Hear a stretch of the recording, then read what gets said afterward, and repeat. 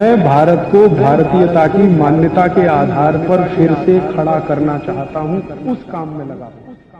हमारे भारत की शिक्षा व्यवस्था के बारे में एक बार अंग्रेजों ने बहुत गंभीर और खराब टिप्पणी की थी। सन 1931 में महात्मा गांधी गोलमेज सम्मेलन में भाग लेने के लिए लंदन गए थे और अंग्रेजों की सरकार के साथ उनका वार्तालाप चल रहा था। अंग्रेजों की तरफ से जो गांधी जी से संवाद करने वाली टीम थी या उनका जो समूह था, उस समूह के जो बहुत प्रमुख लोगों में से एक, उन्होंने गांधी जी को एक बहुत खराब बात कही। उन्होंने ये कहा कि अगर अंग्रेज भारत नहीं आते तो भारत की शिक्षा व्यवस्था तो कभी भी बन नहीं पाती। गांधी जी ने इसका विरोध किया और उन्होंने कहा कि अगर अंग्रेज नहीं आते तो भारत की शिक्षा व्यवस्था ज्यादा अच्छी होती, क्योंकि अंग्रेजों के आने के पहले की भारत की शिक्षा व्यवस्था बहुत ही उत्तम थी। ये गांधी जी ने कहा।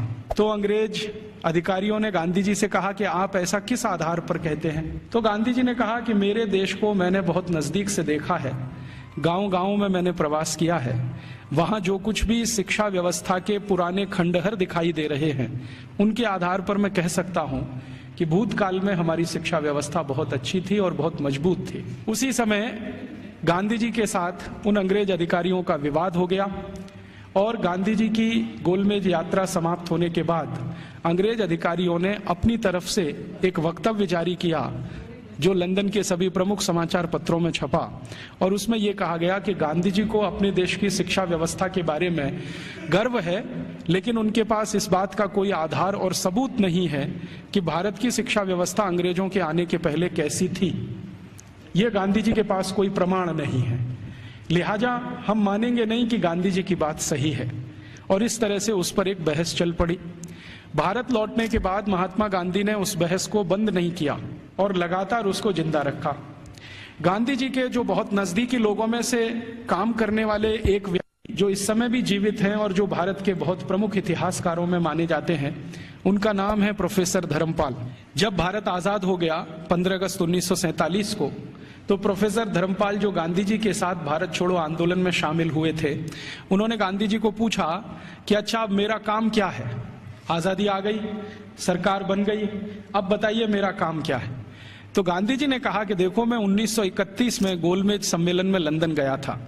उस समय अंग्रेज अधिकारियों ने मुझे ये कहा था कि भारत में अंग्रेज अगर नहीं आते तो भारत की शिक्षा व्यवस्था तो कुछ भी नहीं होती।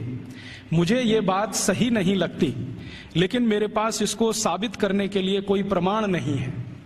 मैं तुमसे उम्मीद रखता हूं कि तुम भारत की शिक्षा व्यवस्था के बारे में जितने भी संभव हों प्रमाण इकट्ठे करो, दस्तावेज इकट्ठे करो, तथ्य इकट्ठे करो और उसके आधार पर यह सत्य साबित करो कि अंग्रेजों से आने के पहले की भारत की शिक्षा व्यवस्था कैसी थी। धर्मपाल जी ने गांधी जी के इस वाक्य को या गांधी जी के इस कथन को अपने जीवन का उद्देश्य बना लिया और वो भारत छोड़कर लंदन चले गए।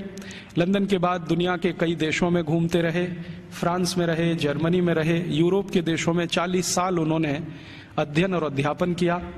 बहुत समय तक वो पढ़ाते रहे, जीविका चलाने के लिए, कुछ पैसा बनाने के लिए, लेकिन मूल उद्देश्य ये था कि भारतीय शिक्षा व्यवस्था कैसी थी अंग्रेजों के आने के पहले, उसके प्रमाण एकत्रित करना, दस्तावेज एकत्रित करना और उनके आधार पर कोई अधिकार पूर्वक बात कहना। श्री धर्मपाल जी के 40 साल के अथक प्रयासों से कुछ हजार दस्तावेज मिले जो अलग अलग स्थानों से उन्होंने लिए। उनका एक साथ जब बैठकर विश्लेषण किया तो पता चला कि अंग्रेजों के आने के पहले की शिक्षा व्यवस्था बहुत ही अच्छी थी। अभी थोड़े दिन पहले हमारे देश में एक घटना घटित हुई, वो इससे बहुत जुड़ी हुई है जो मैं कहने जा रहा हूं। हमारे देश के जो वर्तमान प्रधानमंत्री हैं डॉक्टर मनमोहन सिंह, ये थोड़े दिन पहले ऑक्सफोर्ड विश्वविद्यालय में गए थे और इनको ऑक्सफोर्ड विश्वविद्यालय ने मानद डॉक्टरेट की उपाधि दी थी। जिस दिन ये समारोह आयोजित हुआ था उस दिन मैंने उसका लाइव टेलीकास्ट देखा था और उस सीधे प्रसारण में लगभग मैं 2-2.5 घंटे बैठा रहा टीवी के सामने, देखता रहा कि क्या क्या हो रहा है। उस कार्यक्रम में 40 मिनट का तो व्याख्यान हुआ डॉक्टर मनमोहन सिंह का और उसके अलावा कुछ दूसरी औपचारिकताएं हुई। मनमोहन सिंह जी ने जो व्याख्यान दिया इस ऑक्सफोर्ड विश्वविद्यालय के पदवी ग्रहण समारोह में, वो बहुत ही तकलीफ देने वाला था और किसी भी स्वाभिमानी भारतीय नागरिक को नीचा दिखाने वाला था। उन्होंने अपने व्याख्यान की शुरुआत ही यहां से की कि हम अंग्रेजों के बहुत आभारी हैं जो उन्होंने भारत में आकर अपनी सरकार बनाई। हम अंग्रेजों के बहुत आभारी हैं जो उन्होंने भारत में आकर शिक्षा व्यवस्था दी।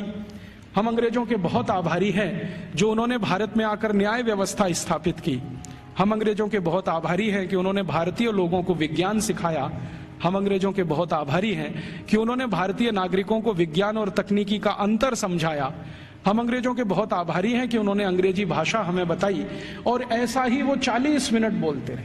अगले दिन क्या हुआ, लंदन के सभी समाचार पत्रों में हमारे भारत के प्रधानमंत्री डॉक्टर मनमोहन सिंह का ये वक्तव्य छपा और इस वक्तव्य के साथ सभी समाचार पत्रों में संपादकीय टिप्पणी भी छपी। और ज्यादातर समाचार पत्रों के संपादकीय में ये लिखा गया कि हमारे देश के एक पूर्व प्रधानमंत्री विंस्टन चर्चिल ने सन 1945 में भारत के बारे में ये कह दिया था कि ये देश आजाद होने लायक देश नहीं है।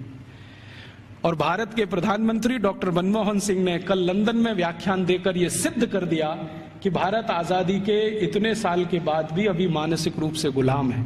जिस देश का प्रधानमंत्री अभी भी अंग्रेजों के गुणगान करता हो, उस देश की प्रजा की मानसिक गुलामी की स्थिति क्या होगी इसका अंदाजा हम लगा सकते हैं। वगैरह वगैरह खूब लंबी संपादकीय टिप्पणी उस पर की गई। मेरे कुछ दोस्तों ने वो संपादकीय टिप्पणियां अलग अलग अखबारों से काट कर भेज दिया। उसके बाद मैंने डॉक्टर मनमोहन सिंह के लिए एक पत्र लिखा जो लगभग 250 पेज का है। वो पत्र नहीं, एक किताब हो गई। और मैंने उनसे कहा कि हमें बड़ी शर्म आती है कि आप भारत के प्रधानमंत्री हैं जो भारत के बारे में कुछ भी नहीं जानते। हमें शर्म आती है कि आप भारत के ऐसे प्रधानमंत्री हैं जिन्होंने भारतीयता का कुछ समझने की भी जीवन में कोशिश नहीं की है। भारत अंग्रेजों के पहले कैसा था, भारत की शिक्षा अंग्रेजों के पहले कैसी थी, भारत की तकनीकी और विज्ञान अंग्रेजों के पहले कैसा था, हमारा भारत अंग्रेजों के पहले उद्योग और व्यापार में किस स्थान पर दुनिया में टिका हुआ था, ये सब बातें अगर आप दस्तावेजों के आधार पर जरा समझें और जानें तो बहुत अच्छा होगा। आप अगली बार ऐसा गुलामी का वक्तव्य देने से बचेंगे। आपको सुनकर हैरानी होगी कि मैंने ये जो पत्र लिखा, ये पत्र मनमोहन सिंह के कार्यालय में पहुंचा और एक लाइन का उत्तर आया कि आपका पत्र मिला और हम उसको कार्यवाही के लिए भेज रहे हैं। अब कहां भेज रहे हैं कार्यवाही के लिए?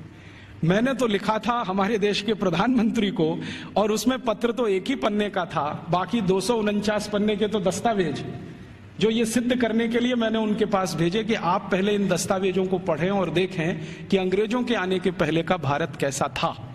शिक्षा व्यवस्था के स्तर पर, तकनीक और विज्ञान के स्तर पर, उद्योग और व्यापार के स्तर पर, हर स्तर पर, चिकित्सा व्यवस्था के स्तर पर, जहां तक भी संभव हो मैंने उसमें जानकारी